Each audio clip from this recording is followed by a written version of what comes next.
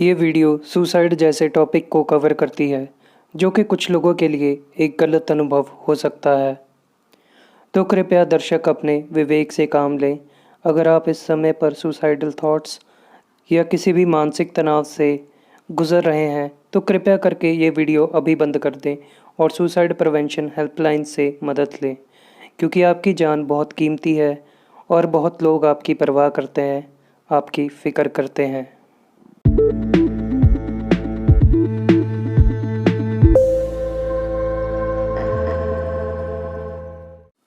आओकिगाहारा Japan के Yamanashi प्रेफेक्चर में mount Fuji के नॉर्थ वेस्ट में पड़ने वाला एक बहुत ही बड़ा और सुंदर और घना जंगल है।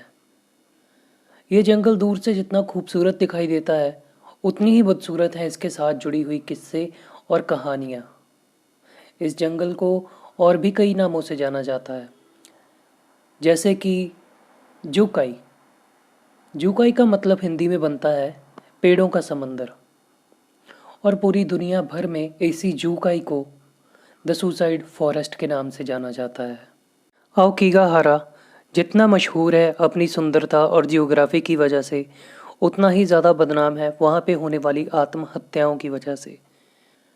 क्योंकि अक्सर वहाँ जो लोग जाते हैं वो उस जंगल की गहराइयों में हमेशा हमेशा के लिए खो जाते हैं और बाहरी दुनिया में कभी भी जिंदा वापस लौट कर नहीं आते।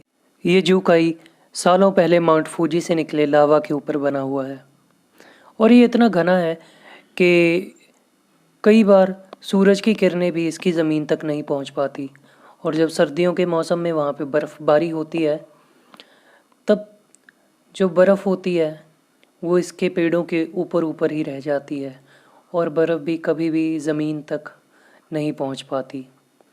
ये जंगल जितना घना है उतना ही विशाल भी है।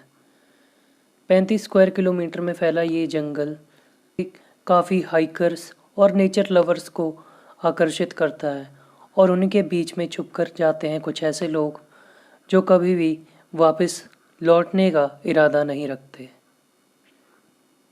इस जंगल की एक और ख़ास बात यह है कि इसका फ्लोर लावा से बना होने की वजह से वहाँ पे मैग्नेटिक आयरन की बहुत ही ज़्यादा मात्रा है, जिसकी वजह से वहाँ पर कंपस भी अच्छे से काम नहीं करते और लोग वहाँ पे आसानी से दिशा भटक जाते हैं।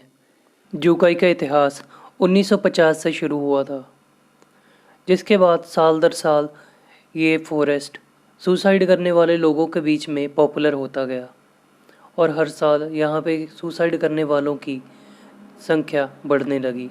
इस जंगल के इतना बड़ा और विशाल होने के कारण लोगों ने इसका गलत फ़ायदा उठाना शुरू कर दिया और इस जंगल को अपने सुसाइड करने की जगह में तब्दील कर दिया, और इसी से इसका नाम पड़ा होम टू यूराई। यूराई मतलब मरे हुओं के भूत। आओकिगारा में अंदर घुसते ही सरकार के द्वारा लगाए गए बोर्ड्स दिखाई देते हैं, जिन पे लिखा होता है कि आपकी ज़िंदगी आपके माता पिता के द्वारा दिया गया है एक अनमोल गिफ्ट है। तो एक बार दोबारा सोच लें अपने परिवार के बारे में, अपने माता पिता, अपने बहन भाई और अपने बच्चों के बारे में। ये वार्निंग है उन लोगों के लिए जो वहाँ पे सुसाइड करने के लिए आते हैं, अपनी ज़िंदगी को ख़त्म करने के लिए जाते हैं। और जैसे ही लोग उस जंगल के थोड़ा और अंदर जाते हैं तो लोगों को वहाँ पे रस्सियाँ दिखाई देती हैं, लंबी लंबी रस्सियाँ जो फॉरेस्ट के फ्लोर पर पड़ी होती हैं। अब इन रस्सियों का मतलब ये होता है कि जो लोग वहाँ पे घूमने जाते हैं तो वो बाहरी छोर पे एक रस्सी बांध देते हैं और फिर उस रस्सी के रोल को खोलते खोलते हुए अंदर जाते हैं ताकि वो रास्ता ना भटक जाए। और ऐसी रस्सियों का वहाँ पे मिलने के दो अर्थ निकाले जाते हैं कि या तो वो बंदा जो अंदर गया था वो अपनी रस्सी को वापस नहीं लेके गया है, या फिर वो इंसान कभी वापस ही लौट कर नहीं आया।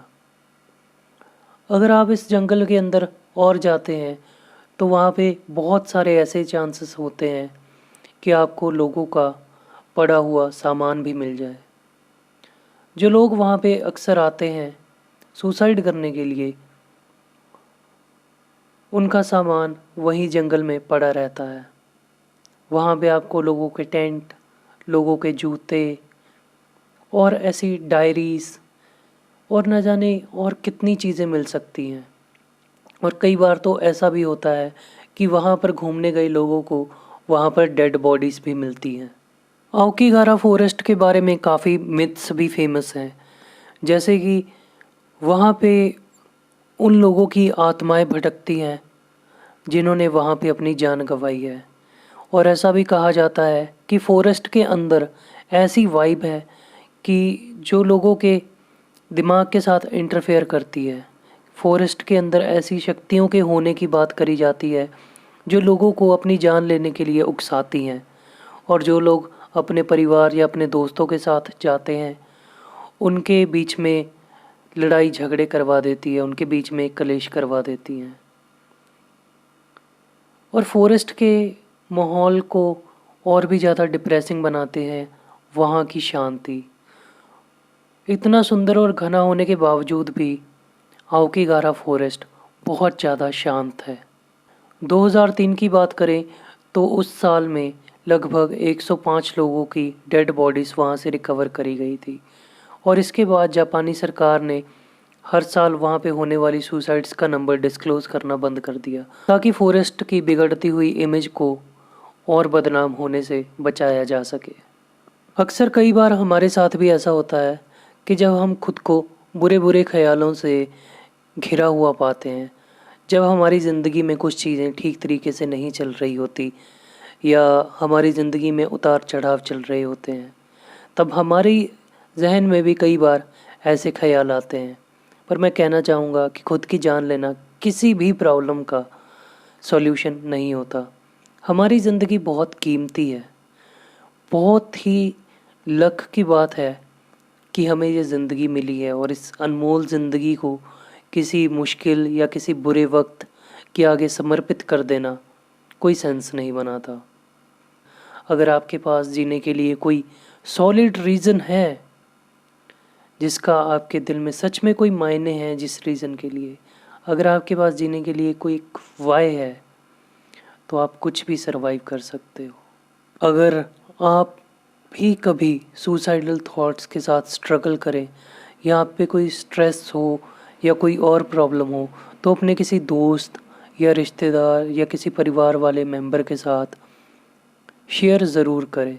या अगर आपका कोई दोस्त इन ख़यालों से स्ट्रगल कर रहा हो तो इसकी हेल्प ज़रूर करें।